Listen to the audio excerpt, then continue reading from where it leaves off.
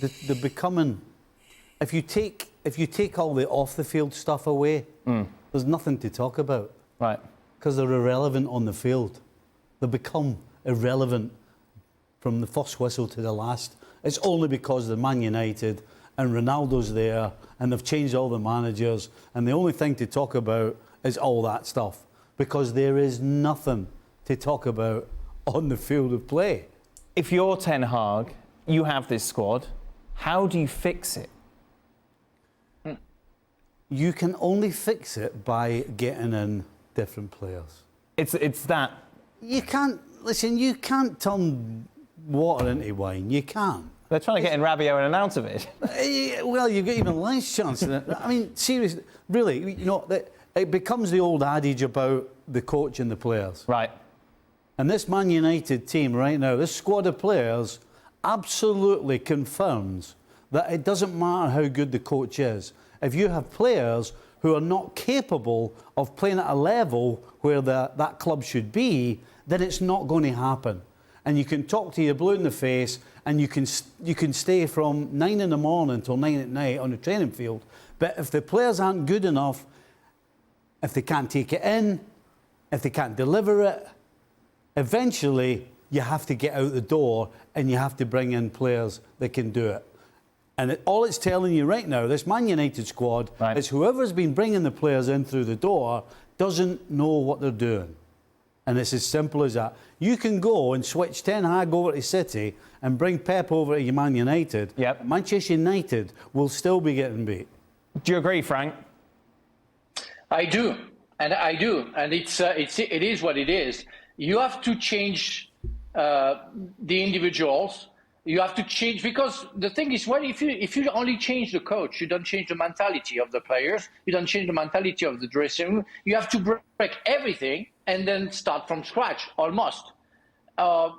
It will be different players. You can do different tactics, but it's like you have a gangrene and you try just to put some bandages on top of it, and you don't treat the problem. And the gangrene gets bigger and bigger, and until something happened, which is the death of the body, you didn't do anything. It's what you have to do. You have to break everything and start from scratch, because that's what it is. Because you cannot blame Ten Hag right now. It would be insane to do so, because the guy only started for Manchester United, and we saw so many coaches coming and failing, that you have at some point think that the players are the cause of the problems.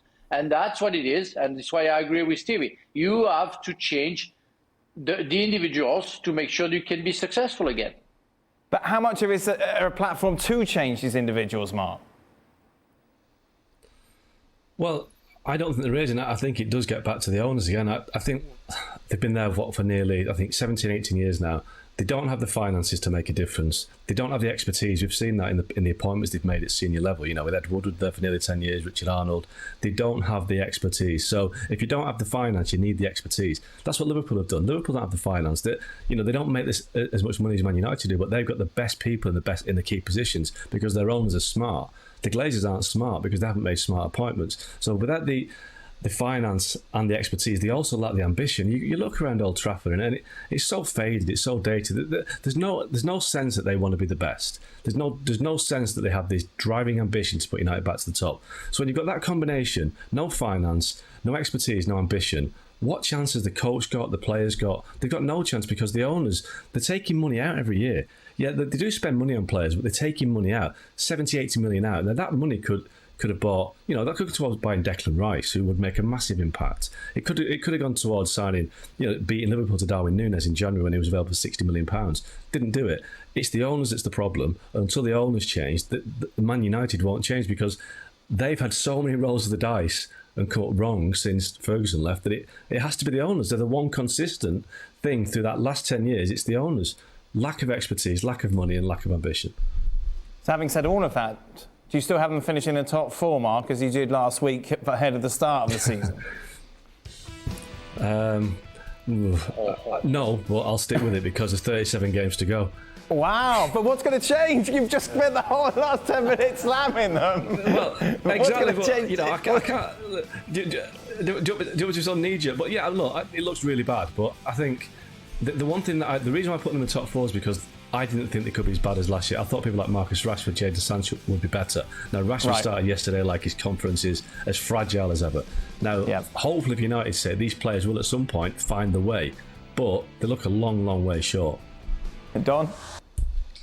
Well, I'll take you back to last season, Dan, and Ralph Rangnick didn't get anything right, you know, in his comments and how the football was played and improving players. But he said one thing that probably stands correct as you're sitting here watching Man United now. And he said after the 5-0 loss against Liverpool, we need 10 players.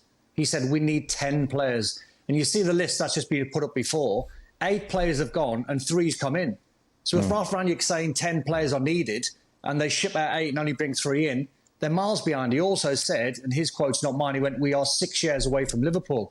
And you watch him at the weekend, same old players. So what's going to change? That's why when I've done my predictions at the start of the season, I had them in 7th, because I don't see, apart from a good manager who's managing the same players and probably a little bit less quality, I'm thinking what is going to change? And nothing changed against Brighton at the weekend from Ole Gunnar Solskjaer or Ralph Rangnick. Well, thank you very much for watching ESPN on YouTube. For more sports highlights and analysis, be sure to download the ESPN app. And for live streaming, premium content, and let's not forget as well, ESPN FC 7 days a week. Subscribe to ESPN Plus.